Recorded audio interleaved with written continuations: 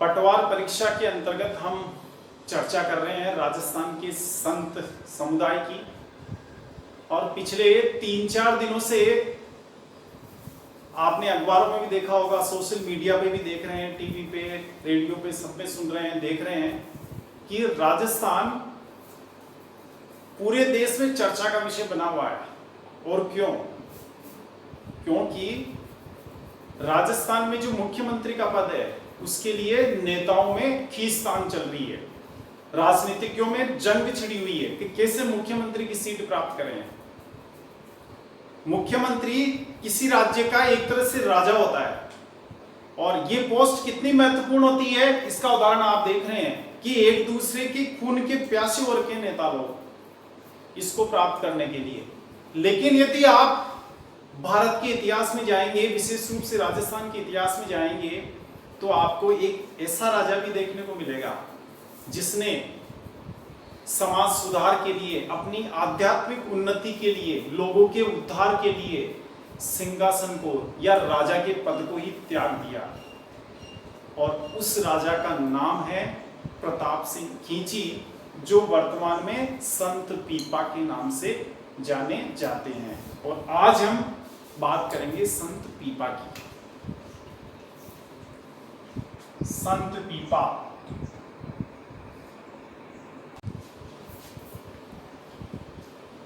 देखो, संत पीपा का मूल नाम जो था ना, मूल नाम भाई हमने आपको बताया, प्रत्येक संत का ओरिजिनल नाम कुछ और होता है। जब कोई इंसान होता है, एक आम आदमी होता है, तो उसका नाम अलग होता है। संत बनने के बाद उसका नाम अलग होता है। तो यहाँ पे हम ये जानेंगे कि इनका मूल नाम क्या था। प्रताप सिंह खींची, क्या नाम था? प्रताप सिंह खींची। और खींची, जैसे आप इसके वंश की ये ले लेते, वंश का मतलब खींची राजपूत, खींची राजपूत। ये जो खींची राजपूत है, राजपूतों की एक शाखा है। जैसे राजपूतों की कई शाखाएं होती है, राठौड़ राजपूत, सिसोदिया राजपूत है, इन चौहान राजपूत। तो चौहान राजपूतों की एक शाखा है, राजपूतों की एक शाखा चौहान हो गई। उस चौहान शाखा का एक गोत्र है खींची। तो ये इनकी गोत्र क्या थी? खींची थी। इसलिए अपने नाम के पीछे क्या लगाते हैं? खींची। और खींची वंश भी आप कह सकते हो, खींची वंश के। तो खींची राजपूत थे ये। अच्छा, जन्म इनका कहां हुआ? जन्म हुआ गागरोन किला या गागरोन दुर्ग, जिला कौन सा? झालावाड़। जब आपको भूगोल में हम पढ़ाएंगे राजस्थान की नदियां, तो काली सिंध नदी आएगी। काली सिंध नदी के समय इसकी चर्चा करेंगे विस्तार से कि इसकी लोकेशन किस तरह की है। जब राजस्थान के दुर्ग पढ़ाएंगे तो उसमें भी इसकी चर्चा होगी। तो अभी आप ये समझते हैं कि गागरोन दुर्ग है ये, वैसे जल दुर्ग है ये, इसके चारों ओर पानी है। तो ये गागरोन दुर्ग जो है कौन से जिले में है? झालावाड़ जिले में, हाड़ौती में। तो वहां इनका जन्म हुआ था। अच्छा, आपसे जैसे जन्म कब हुआ? कब? 14वीं सदी। अब ये 14वीं सदी का मतलब 1300 से 1400 के बीच में किसी साल में हुआ था। अब आपको इतना याद रखना, 14वीं सदी में इनका जन्म हुआ था। और पिता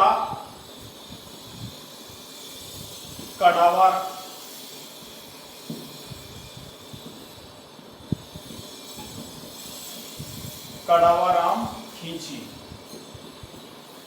पिता का क्या नाम पाएंगे? कड़ावाराम खींची। गागरोन के शासक थे।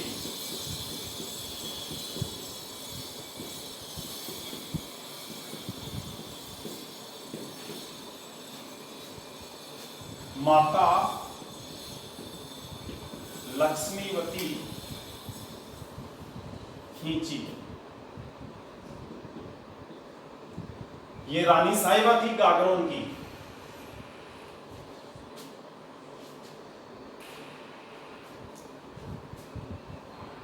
अब क्या होता है यहां, इनके पिता की डेथ के बाद, पिता की मृत्यु के पश्चात ये गागरोन के शासक बनते हैं। चूंकि उस समय यानी आजादी से पहले की बात है, 14वीं सदी, तो उस समय क्या था कि राजतंत्रात्मक व्यवस्था होती थी। शासन व्यवस्था किस प्रकार की थी? राजतंत्रात्मक। अभी है लोकतंत्रात्मक। तो राजतंत्रात्मक व्यवस्था में क्या होता था कि जैसे कोई राजा बन गया तो उसके बाद राजा कौन बनेगा निश्चित था, पहले से डिसाइडेड होता था कि उसका जो सबसे बड़ा लड़का होगा वो राजा बनेगा। समझ गए? अब वो बड़ा लड़का चाहे नाबालिग भी है, 20 दिन का, 1 साल का भी है, 6 महीने का है या 1 महीने का है, तो वही बनेगा। उसका संरक्षण नियुक्त हो जाता था। जैसे अकबर छोटा था तो बेराम खां को संरक्षण बना दिया गया, ऐसे होता था। यानी राजा के मरने के बाद उसका बेटा ही राजा बनेगा। अभी लोकतंत्रात्मक व्यवस्था में ऐसा नहीं होता। राजीव गांधी 1991 में मर गए तो ऐसा थोड़ी कि उनके बाद प्रधानमंत्री राहुल गांधी को बना दिया गया कि चलो आज से राहुल गांधी भारत के प्रधानमंत्री, जबकि राहुल गांधी की उम्र 20 साल थी उस वक्त, 1991 में जब डेथ हुई थी। लेकिन राहुल गांधी प्रधानमंत्री नहीं बने। प्रधानमंत्री कौन बने? पीवी नरसिम्हा राव। लोकतंत्रात्मक व्यवस्था में क्या होता है कि जनता चुनती है कि अब कौन बनेगा प्रधानमंत्री या मंत्री या सांसद, जनप्रतिनिधि। लेकिन राजतंत्रात्मक व्यवस्था में ऐसा नहीं होता था। तो इनके पिता की डेथ के बाद कौन बना यहाँ का राजा? ये प्रताप सिंह खींची। ठीक है, अब प्रताप सिंह खींची बन गए ना, तो उस समय क्या था मामला, दिल्ली के शासक हुआ करते थे फिरोज तुगलक। दिल्ली के शासक फिरोज तुगलक। फिरोज तुगलक और ये जो प्रताप सिंह खींची थी, राजा प्रताप सिंह, इनके बीच में युद्ध होता है और इस युद्ध में इसकी हार होती है फिरोज तुगलक की, इनकी जीत होती है। अब आप देख लो कितने प्रतापी शासक थे, कितने शक्तिशाली शासक थे ये। भारत का सम्राट फिरोज तुगलक का मतलब हिंदुस्तान का सम्राट, इतना बड़ा भारत, उसको हरा दिया इन्होंने। ये बहुत बड़ी उपलब्धि थी इनकी। लेकिन हरा तो दिया, लेकिन उस युद्ध में जो खून बहा सैनिकों का, उससे ये इतने दुखी हुए कि इन्होंने बाद में बड़ा पछतावा हुआ इनको कि मैंने ये क्या कर दिया। जैसे अशोक को हुआ था ना कलिंग युद्ध के समय, वैसे ही इनको हुआ। तो इन्होंने बाद में क्या किया, युद्ध के बाद दिल्ली पर कब्जा करना तो दूर की बात, ये चाहते थे दिल्ली को हथिया सकते थे, लेकिन नहीं करना ही नहीं। ये तो मैंने जो युद्ध किया ये भी मेरी एक बहुत बड़ी भूल थी, क्योंकि उन्होंने देखा कि इतने सैनिक, भाई क्या होता है कि जीत हालांकि इनकी हुई लेकिन सैनिक तो इनकी तरफ से मारे गए, सामने वाले के मरे। तो कई सैनिक मरने का मतलब क्या हुआ, जब इंसान मरता है तो कई माओं की गोद सूनी हो जाती है, कई पत्नियां विधवा हो जाती है, कई बच्चे अनाथ हो जाते हैं। तो ये सब कुछ तो देखा ना उन्होंने, उनसे रहा नहीं गया, सहन नहीं हुआ कि मैंने बहुत भारी भूल की युद्ध करके। तो बाद में वो गए उस समय काशी। काशी का मतलब समझते हो? अभी मोदी जी कहां से? एमपी, प्रधानमंत्री भारत के। कहां से सांसद है? काशी से ही तो है। काशी का मतलब वाराणसी आज वाला, जो गंगा नदी के किनारे स्थित है। उस वक्त इसको काशी के नाम से जाना जाता था। तो काशी में एक बड़े संत विराजे हुए थे, संत रामानंद। संत रामानंद या रामानंदाचार्य भी कहते हैं इनको। तो संत रामानंद के पास ये गए वहां कि साहब गुरुदेव मेरे से तो बड़ी भूल हो गई, वैसे मैं तो राजा हूं वहां का, और मैं वैसे मेरी जनता वहां से मेरे से संतुष्ट है। ये क्या है, जो प्रताप सिंह थे ना बड़े लोकप्रिय शासक थे यहाँ की। जनता को ऐसे टॉर्चर करना, परेशान करना, शोषण करना, अनावश्यक मारपीट करना, जुल्म करना, ये इनकी डिक्शनरी में नहीं था। तो जनता में भी बड़ी लोकप्रियता थी इनकी राजाओं। एक तो दूसरे कई राजा होते हैं तो जनता पे जुल्म करते हैं, लेकिन ये ऐसे नहीं थे। तो जनता भी बहुत स्नेह रखती थी इनसे, प्रताप सिंह से। तो ये गए के साथ, वैसे मैं शासक हूँ गागरोन का, अपना परिचय दिया वहां जाके। और लेकिन मैंने अभी युद्ध किया है, उस युद्ध में जो मैंने खून खराबा देखा है उससे मैं बहुत ही दुखी हो रहा हूँ। और आप तो ऐसा करो, उसका मैं वो करते हैं ना क्या, कि उसका प्रायश्चित कैसे कर सकता हूं मैं। तो इन्होंने कहा कि प्रायश्चित करने के लिए बस इतना ही है। पहले तो उन्होंने ये कहा कि आप मेरे को संत बना दो। क्या कहा रामानंद जी से कि मैं भी संत बन जाता हूं साहब, मैंने जो पाप किए हैं वो पाप धुल जाएंगे मेरे सारे। तो नहीं नहीं नहीं नहीं, रामानंदाचार्य ने, क्योंकि रामानंद जी ने इनकी वहां से रिपोर्ट भी ले ली, कहां से, गागरोन से। तो पता लगा कि साहब वास्तव में बहुत अच्छे शासक है। तो रामानंद जी ने भी सोचा कि नहीं यार, जनता को जब अच्छा शासन मिला हुआ, अच्छा राजा बना हुआ, तो इसको राजा बने रहना चाहिए, ऐसे व्यक्ति तो चाहिए राजा ही बना रहे हो। तो इन्होंने क्या किया, रामानंद जी ने प्रताप सिंह से कहा कि ऐसा करो, आप तो वहां चले जाओ और बस जनता से स्नेह रखो, यही आपका प्रायश्चित है। जनता को कोई दिक्कत नहीं होनी चाहिए, जनता को परेशानी नहीं होनी चाहिए, जनता का कल्याण करो आप। कोई भूखा नहीं रहना चाहिए, कोई दुखी नहीं रहना चाहिए, कोई अगर कोई रोग से ग्रसित है तो आप उसका इलाज करो, समझिए। तो ये इन्होंने क्या किया कि आपको लोक कल्याण करना है, बस यही आपका प्रायश्चित है। और आप चले जाओ, वहां रहते हुए भी आप संत जैसा जीवन जी सकते हो, राजा रहते हुए भी, यानी जनता का कल्याण करो। संतों का काम क्या होता है, लोगों का समाज सुधार ही तो करते हैं, समाज में सुधार करो आप, जुल्म नहीं होने चाहिए। तो ये रामानंदाचार्य की शिक्षा लेकर यहां आ गए, कहां पर, गागरोन। गागरोन आ गए। अब आगे क्या होता है, पहले आप इसका स्क्रीनशॉट ले लें।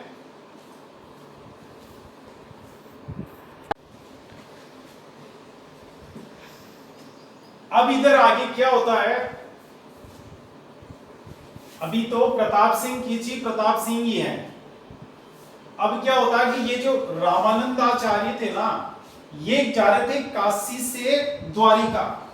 तो काशी से द्वारिका जाते हैं, वाराणसी से अगर आज आप द्वारिका जाएंगे गुजरात में, तो रूट यही पड़ेगा, झालावाड़ के इधर ही, समझे ना, ये रूट पड़ता है। तो यहां होके निकले, वो यहां होकर निकले रामानंद, संत रामानंद, काशी से द्वारिका, काशी से द्वारिका जाते वक्त, जाते समय अपने शिष्यों सहित, ये कबीरदास जी वगैरह ये शिष्य हुआ करते थे। रामानंदाचार्य बहुत बड़े थे संत, कबीर जैसे व्यक्ति, कबीर जैसे संत, कबीर जैसे कवि, वो इनके शिष्य हुआ करते थे। अब आप अनुमान लगा सकते हो, कबीर तो बहुत बड़े थे ना, कबीरदास जी। तो जाते समय, द्वारिका जाते समय अपने शिष्यों सहित गागरोन रुके, गागरोन ठहरे। भाई मिडवे था ना एक तरह से गागरोन, यहां ठहर गए। अब संत लोग तो क्या है कि नॉन स्टॉप तो जाते नहीं, रुकते रुकते जाते हैं ना रास्ते में। आज भी कोई साधु संत निकलता है तो ऐसे थोड़ी है कि मान लो बद्रीनाथ से कोई रामेश्वरम जा रहा है तो नॉन स्टॉप ही जाएगा, सुबह से रात, दिन रात चलते हुए, बीच बीच में रुकते हुए जाते हैं ना। समाज सुधार का काम भी साथ में चलता रहता है, प्रवचन देना, उपदेश देना लोगों को। तो अभी क्या हुआ कि रामानंदाचार्य कहां रुके, गागरोन, गागरोन रुके ना। तो अब इनसे रहा नहीं गया प्रताप सिंह से, और प्रताप सिंह ने कहा कि साहब अब तो आप मेरे को कंप्लीटली संत बना दो। वैसे जैसे आपने कहा मेरे को, वैसे मैंने पालन किया, जनता को बहुत अच्छा शासन देने का प्रयास किया, लेकिन अब मैं पूरी तरह से जन सेवा में लगना चाहता हूँ, ये राजपाट छोड़ना चाहता हूँ। वो नहीं माने, नहीं माने तो फिर रामानंदाचार्य ने क्या किया, प्रताप सिंह व पत्नी,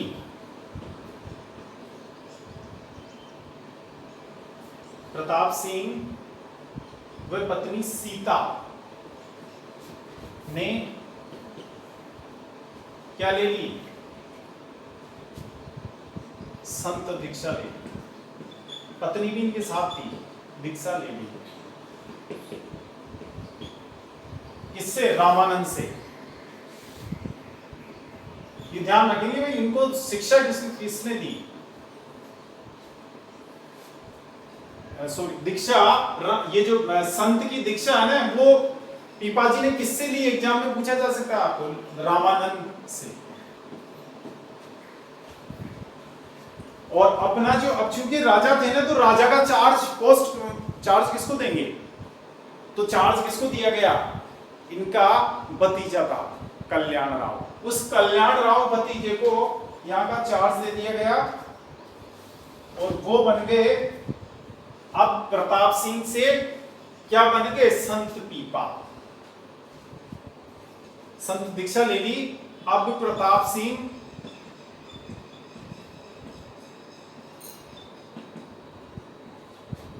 संत पीपा कहलाने लगे।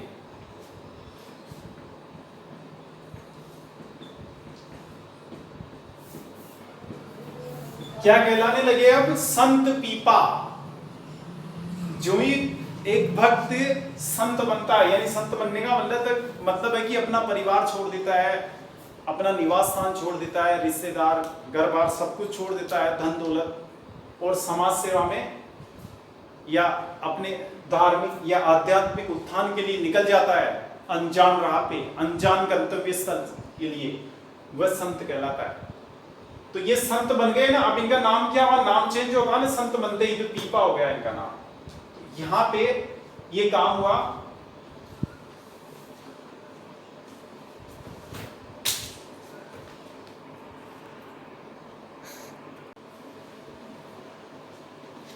अब यहां पे क्या होता है कि गागरोन किले को छोड़ देते हैं ये दोनों पति पत्नी, और यहां से समाज सुधार के लिए निकल जाते हैं और गांव-गांव में घूमते हैं।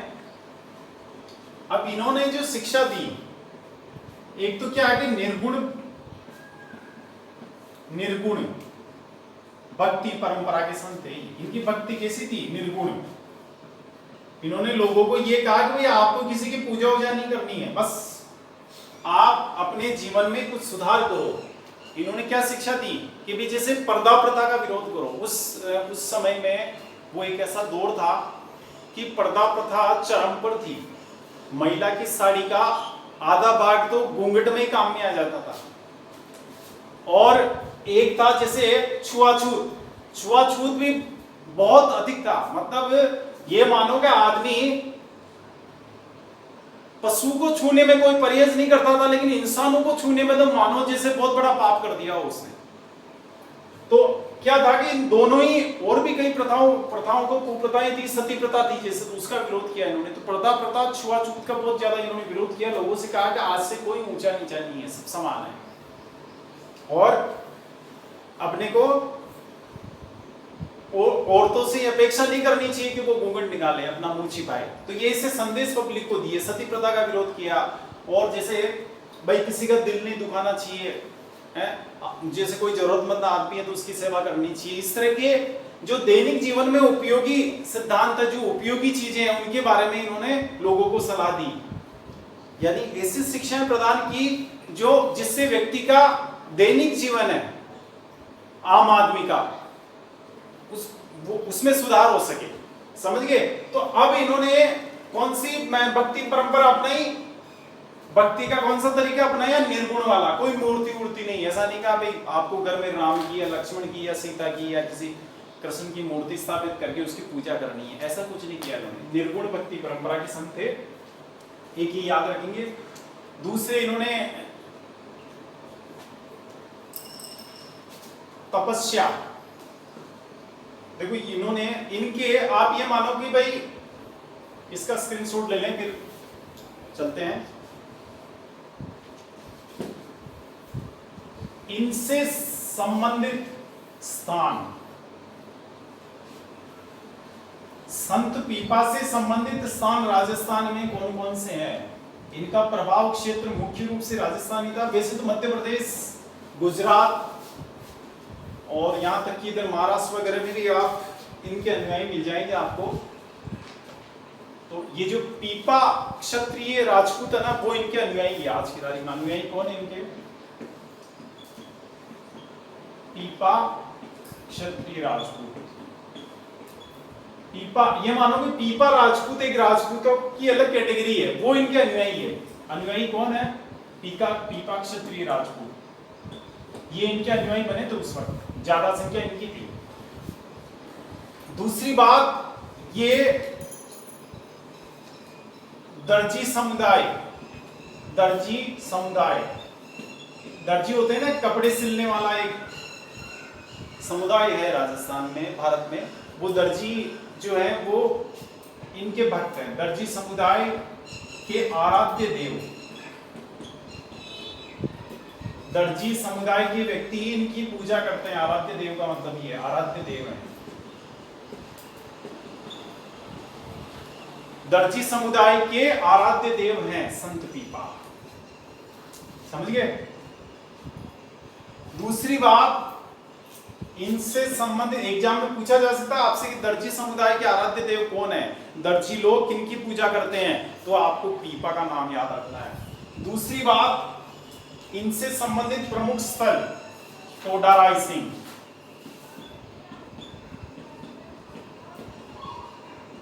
ये कैसे इनसे जुड़ा हुआ है। एक रीजन था कि ये यहां क्या करते थे, इन्होंने तपस्या की यहां एक गुफा में तपस्या की, जो वर्तमान में पीपा गुफा के नाम से जानी जाती है, इस वक्त भी है ये गुफा। टोडा रायसिंह आप जानते हैं, टोंक जिले का एक कस्बा है टोडा रायसिंह, और यहाँ पर इनकी गुफा है, वहाँ पहाड़ पर। तो यहाँ पे इन्होंने तपस्या की थी, और तपस्या के बाद ही इनका देहांत यहीं हो गया था। कहां पर? यहाँ टोडा रायसिंह में। लेकिन देहांत तो हो गया, बाद में क्या किया गया, इनको यहां से गागरोन ले जाया गया, और गागरोन ले जाकर वहां उनका अंतिम संस्कार किया गया। तो अब आपसे पूछ ले कि इनका अंतिम देखो, मृत्यु जो है ना, इनका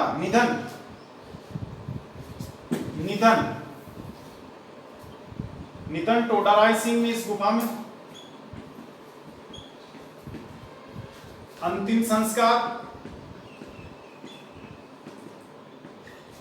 गागरोन किले में, है ना। अब आपसे पूछ ले कि अब जहां अंतिम संस्कार होता है वहीं छतरी होती है, तो पीपा जी की छतरी कहां है? तो पीपा जी की छतरी गागरोन में है।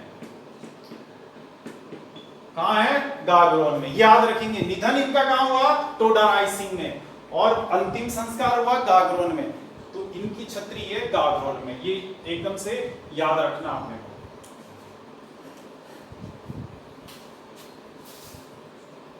अब आगे चलते हैं।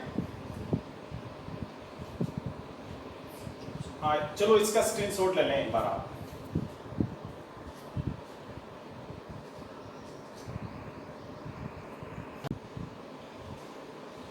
अब बात करते हैं संत पीपा के बारे में, कुछ अन्य तथ्यों की। इनके द्वारा रचित ग्रंथ, प्रत्येक संत कोई ना कोई किताब लिखता है कि वो अपने उपदेश, अपने सिद्धांत, अपनी विचार, अपनी शिक्षाएं कहीं न कहीं तो लिख के जाएगा ना। तो दूसरे संतों की तरह इन्होंने भी अपनी शिक्षाएं लिखी, तो वो एक ग्रंथ बना। उस ग्रंथ का नाम क्या है? पीपा रचित ग्रंथ। पीपा रचित यानी पीपा द्वारा रचित ग्रंथ, जोग चिंतामणि। क्या नाम है उसका? जोग चिंतामणि। पीपा रचित ग्रंथ है ये जोग चिंतामणि।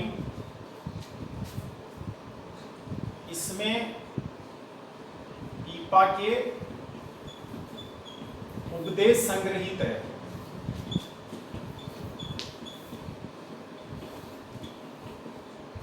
इस ग्रंथ में क्या है? संत पीपा ने जो उपदेश दिया आम जनता को, लोगों को, उन उपदेशों का, उन शिक्षाओं का उल्लेख है। और आप देखेंगे कि इन शिक्षाओं से उस समय एक भारत में प्रमुख धर्म था जिसे सिख धर्म। तो सिख धर्म के गुरु अर्जुन देव थे, है ना। सिखों के गुरु थे धर्म गुरु गुरु अर्जुन देव। गुरु नानक ने तो स्थापना की थी सिख धर्म। तो गुरु अर्जुन देव जो थे ना, उनको ये शिक्षाएं इतनी अच्छी लगी कि इन शिक्षाओं को उन्होंने जो सिख धर्म का एक प्रमुख ग्रंथ है गुरु ग्रंथ साहिब, उस गुरु ग्रंथ साहिब में भी इन शिक्षाओं को स्थान दिया। अब आपसे पूछने की बात, ऐसा कौन सा धर्म है या ऐसा कौन सा संत है, ऐसा कौन सा संत है राजस्थान का जिसकी शिक्षाओं का उल्लेख सिख धर्म के प्रमुख ग्रंथ गुरु ग्रंथ साहिब में भी है? तो ये संत पीपा की शिक्षाएं हैं। अब आप देख सकते हैं, आप अनुमान लगा सकते हैं कि ये शिक्षाएं कितनी महत्वपूर्ण है, इनके उपदेश कितने प्रभावी थे, हैं, क्योंकि उससे सिख धर्म के लोग भी, उनके संत भी प्रभावित हुए। तो यहाँ पे क्या लिखेंगे, इनके उपदेशों का उल्लेख, यानी एक तरह से ये मानो कि जोग चिंतामणि जो है ना ग्रंथ, इसमें जो चीजें लिखी है या जोग चिंतामणि का प्रभाव गुरु ग्रंथ साहिब पर भी पड़ा है। इनके उपदेशों को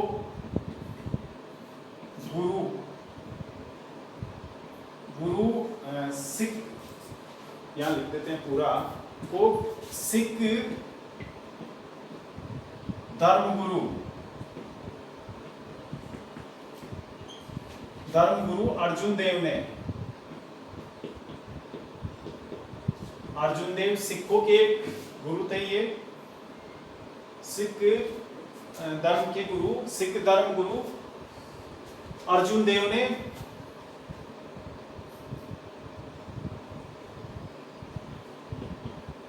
गुरु ग्रंथ साहिब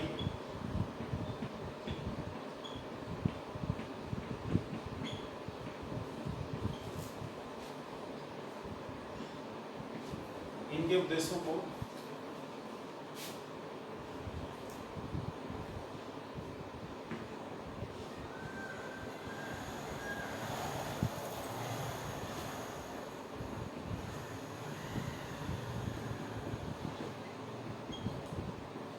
में भी स्थान दिलाया। इनके उपदेशों को सिख धर्म गुरु अर्जुन देव ने गुरु ग्रंथ साहिब में भी स्थान दिलाया।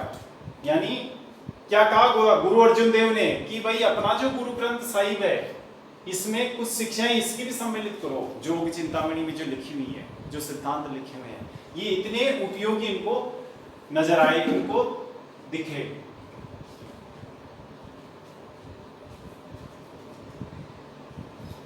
अब इनका मेला कहाँ पड़ता है? समदड़ी, एक तो लिखेंगे समदड़ी जिला बाड़मेर, समदड़ी जिला बाड़मेर। समदड़ी एक रेलवे स्टेशन है, जो रेलवे रूट पाकिस्तान जाता है ना राजस्थान से, उस पे समदड़ी स्थित है। एक तो समदड़ी एक पड़ता है गागरोन में और एक पड़ता है मसूरिया। अच्छा, गागरोन तो आप जानते हैं, जिला झालावाड़।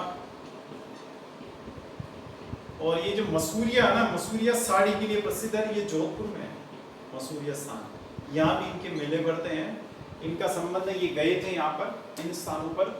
तो ये 3 स्थान ऐसे हैं जहाँ इनके मेले बढ़ते हैं। उसमें समदड़ी प्रमुख है, गागरोन तो ही है, और समदड़ी भी एक प्रमुख स्थान है, तो मसूरिया जोधपुर में है। तो ये याद रखेंगे।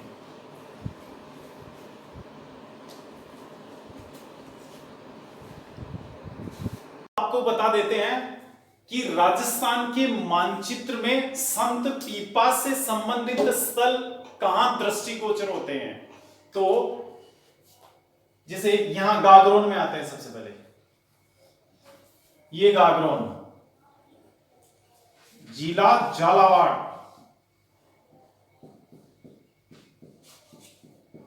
ये गागरोन। दूसरा स्थल है मसूरिया जोधपुर, मसूरिया। और तीसरा समदड़ी, जिला बाड़मेर।